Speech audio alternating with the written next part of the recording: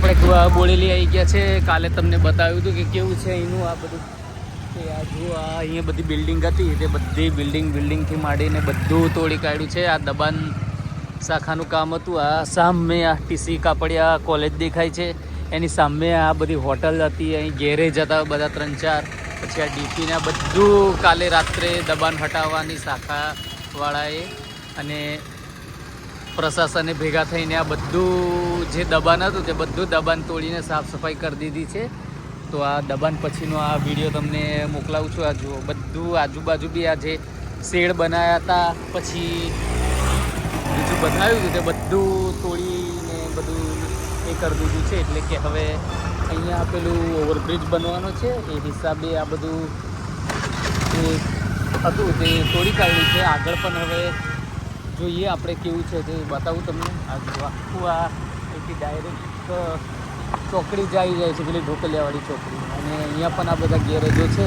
હવે આજે મંગળવાર છે, આજે કેવું થાય છે આ તોડકાનું. આ પછી આ સંગમ હોસ્પિટલના બોર્ડ ને બધું માર્યું હતું એ પણ બધું, ને આ બાજુ ગેરેજ હતા એ પણ બધા તોડી નાખ્યું છે બધું, કારણ કે બધું દબાણ હતું. પછી અહીંયા બધા મોટા બોર્ડ મારેલા હતા, 2-3 ચાની લારીને હતું તે બધું સાફ સફાઈ કરી દીધું છે.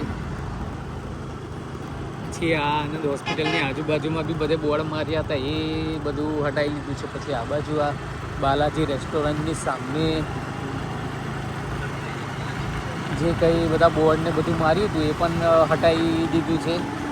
એટલે તમે જુઓ અહીંયા પેટ્રોલ પંપની એમાં પણ આ શેડ કરેલો હતો, એ શેડ બી આ જે દબાણ હતું એ પણ હટાવડાવી દીધું છે, બધું તોડી કાઢ્યું છે. એટલે કાલે આખો દિવસ આ ડિમોલેશનની કામગીરી ચાલી છે. એટલે ફૂલ ડિમોલેશન થઈ ગયું છે, કારણ કે અહીંયા સામે ફાટક છે. તો આ ફાટકનો બહુ જ મોટો ઇસ્યુ અહીંયા રહે છે ઘડીએ ઘડીએ. એટલે અહીંયાથી ઓવરબ્રિજ બનવાનો છે, તે ઓવરબ્રિજ બનવાની શરૂઆત થવાની લાગે છે. એના કારણે આ બધું દબાણ હટાવવું પડે એવી પરિસ્થિતિ આવી ગઈ છે. એટલે આ દબાણ હટાવવાની કામગીરી ચાલે છે અહીંયા. હવે આજે કઈ બાજુનું દબાણ હટાવે છે તે આપણે જોઈશું. તો આ ઢોકલિયા ચોકડીથી આ રેલવે ફાટક છે, તો રેલવે ફાટક સુધીના બધા દબાણોનો કાલે સફાયો કરી દીધો છે. અને હવે આગળ જોઈશું, એનો વિડીયો બી મૂક્યો છે તો તમે જોઈ લેજો કઈ રીતે કામગીરી થઈ છે શું નહીં. એનો ફૂલ ડિટેલ વિડીયો પણ મૂકવામાં આવશે. આ વિડીયો તોડ્યા પછીનો છે.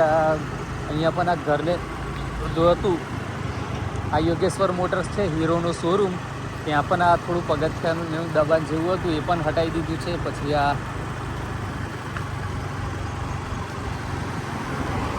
આ બાજુ આર્યા હોસ્પિટલ છે, આ આર્યા હોસ્પિટલની આજુબાજુ આ બધા જે પેવર બ્લોકનું બધું કામ હતું એ તોડી નાખ્યું છે બધું. બજરંગી સેવસળ આનંદ સર્જિકલ હોસ્પિટલ છે ત્યાં, એટલે કે રોડ પહોળો કરવાની કામગીરી હવે ચાલુ થઈ ગઈ છે. અને કદાચ ટૂંક સમયમાં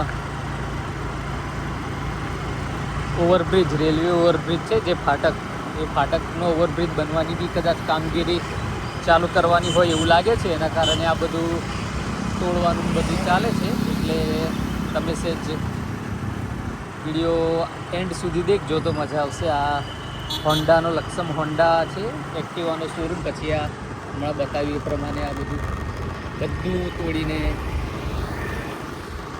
એ કરી દીધું છે. પછી આ બાજુ બી આ બધું સાફ સફાઈ ચાલુ છે. એટલે કે અહીંયા બધા શેડ ને બધું હતું તે બધું તોડી કાઢ્યું છે. એટલે હવે આગળ કઈ કામગીરી થશે તે બતાવશું. આ જુઓ આ રીતે અહીંથી સ્પષ્ટ ઢોકલિયા ચોકડી દેખ્યું. તો પહેલાં બધું હતું ત્યાં અહીં શું હતું તો કે કંઈ બધા મકાન, ગેરેજ ને એ બધું હતું. ત્યાં આજે આ બંધ થઈ ગયું છે. એટલે હવે જોઈએ કેવું થાય છે કેવું નહીં. બધું સાફ સફાઈ કરીને રોડ પહોળો કરવામાં આવે છે. એટલે કે આખું સર્કલ હતું તે આખું સર્કલ મારવું નહીં પડે, કદાચ ડાયરેક્ટ સર્કલથી અંદર જતું રહેવાશે એવું આયોજન હોય એવું લાગે છે. આ સામે આ ટીસી કાપડિયા કોલેજ છે, ટીસી કાપડિયા કોલેજની એક્ઝેક્ટ વચ્ચે આવું તમને દેખાશે એકદમ.